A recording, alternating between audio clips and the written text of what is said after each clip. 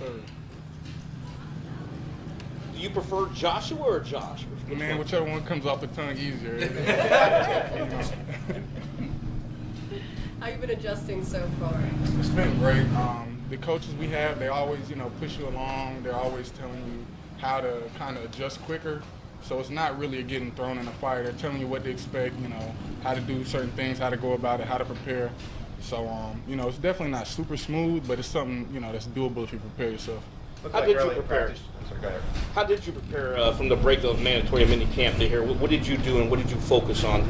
The main thing was probably just, getting in my playbook, of course, because, going from college to an NFL playbook is very different. So making sure I understood my assignments, alignments, techniques, all of that. Of course, getting in shape to come out here and get all these reps. So, a lot of it was pretty, cut and dry, not too much to think about. Looked like early in practice you were up against Sky and you had a pass breakup. If you remember that play, what did you maybe see on that particular play? Sky's a fast dude. He's coming off the line. And luckily, I was just blessed enough to get out my break fast enough to break up the pass.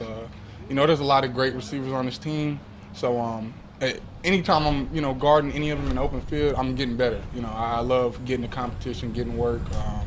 And I'm sure there's a rep Sky got a ball on me. So, Feel extra special when it comes against former MVP in Mahomes? Oh, that is like very. It's a very different thing, coming from a small school and meeting Patrick Mahomes, somebody who's reached the heights of this league, and for him to be as humble as he is, like I said, there's a lot of guys that's always helping you, pushing you along, keeping you motivated. He's one of those dudes, great person, and he is what he is, great player. What's it like going against Cody Fortune? Y'all went at it in the red zone. Yeah, man, that's a long dude. He's good. He's a great player, And matter of fact, we were just talking about the play after this was over. So hopefully we can keep getting some reps, and next time I'm gonna get him on that. Do y'all kind of relate both being guys from Division II schools? Absolutely. I think he came out of Valdosta State. They had a great program down there. So, he understands some of the struggles coming from a small school, and just another one of those great talents out of a small school. He can definitely relate. How much do you get the motivation from the small school? It sounds like a lot. Right. There's definitely some motivation, but at the end of the day, I think I belong regardless of where I came from. There's a lot of great players in every division. It's not something that's always weighing on my brain, but I do understand I had a different path to get here, and I was blessed enough to make it to where I'm at.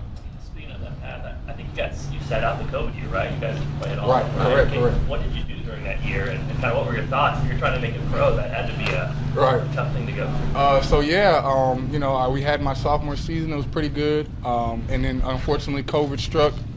And basically that whole year, it was kind of up in the air if we were going to have a season or a spring season. So of course I was preparing as if we were going to have a season. I was hopeful. Just working out. I did have a part-time job, but that was about it. Working out, doing my schoolwork, going to work, and unfortunately, we didn't end up having a season. What was that? Yeah, what was that part-time job? I was delivering pizzas, and I was a security guard. Security guard where? At Walmart.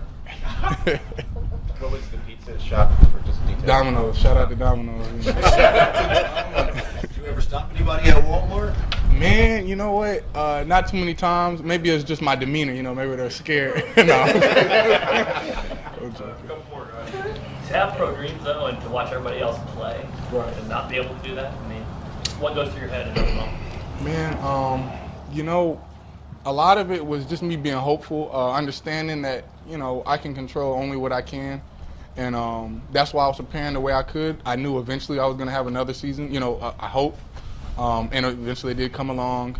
So when that season came along and, I was on the Senior Bowl watch list or whatever, I kind of understood, this could be a big opportunity for me to have a great season and just, not have to play that fourth year, that COVID year. And, to the glory of God, it all worked out that way. You were talking about Jody's length, and this team has got a lot of big receivers. Right. You're pretty big, for a corner yourself. Right. Is there a different approach when you're dealing with a player like that? Things that you got to be aware or do differently when you're going against a guy with size? Well, with size, you know, if you had to just put a gun in my head and ask me what I'd rather guard, it'd probably be size, just because it's an easier matchup. But, you know, I can guard big, small, skinny, big. You know, it doesn't matter. Put them in front of me, it'll get locked down, I hope. So, you know, that's about it. Is there anything in particular that you really just going to guard against when you run up against some bigger guys? One big thing I'm looking for, you know, their alignment. A lot of that usually tells you what they're going to get. You know, the rep he just mentioned where Jody caught that ball, you know, matter of fact, I figured he was about to run the fade, but he's a talented guy. He won that rep. I'll get him next time. So, all right. Thank you. Thank you.